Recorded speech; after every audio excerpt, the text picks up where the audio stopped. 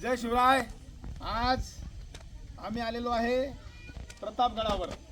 प्रतापगडाचा प्रताप काही आपल्याला सांगायची गरज नाही। ज्या ठिकाणी छत्रपती शिवाजी महाराज यांनी अफजल खानाचा वध केलेला आहे त्या गडावर आम्ही या ठिकाणी आलेलो आहे। या गडाबद्दल इतिहासात आपल्याला काहीच वेगळं सांगायची गरज नाही। या गडाचा इतिहास सगळा आपल्याला पाठ आहे। तरी पण या ठिकाणी आल्यानंतर आपण बघू शकतो उंच उंच डोंगर आहे, खाली घनदाट जंगल आहे आणि या जंगलातून अक्षरशः एखादा प्राणी सुद्धा जाण्या येण्यासाठी घाबरल एवढं हे भयान जंगल। आणि या जंगलाच्या वर हा डोंगर आणि या डोंगरात हा किल्ला।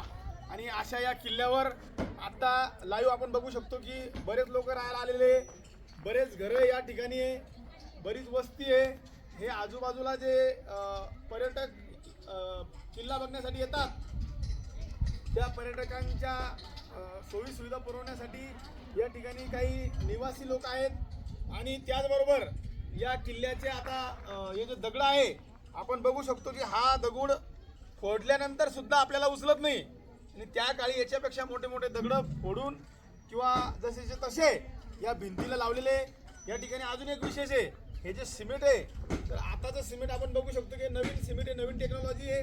पण जुन्या काळातलं ते कोणतं सिमेंट आहे, किती मागची भिंत बघा की अजूनही असं वाटतं फक्त दगडावर दगड ठेवलेला आहे। पाणी दगड बघा कोपऱ्यावर आहे, कोपऱ्यावर म्हणजे अक्षरशः असं वाटतं की आपल्या अंगावर पडेल। पण आज हजारो वर्षापासून शेकडो वर्षापासून हा किल्ला अभेद्य आहे।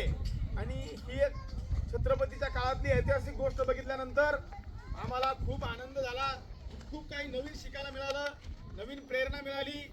आणि या किल्ल्यावरच होता जीवा म्हणून वाचला शिवा अशी एक म्हणही या ठिकाणी आपण इतिहासात बघतो। आणि आता असा हा किल्ला आज आम्ही बघितला। आपणही भविष्यात वेळ मिळाल्यास नक्की बघावा मी अशी आपल्याला विनंती करतो।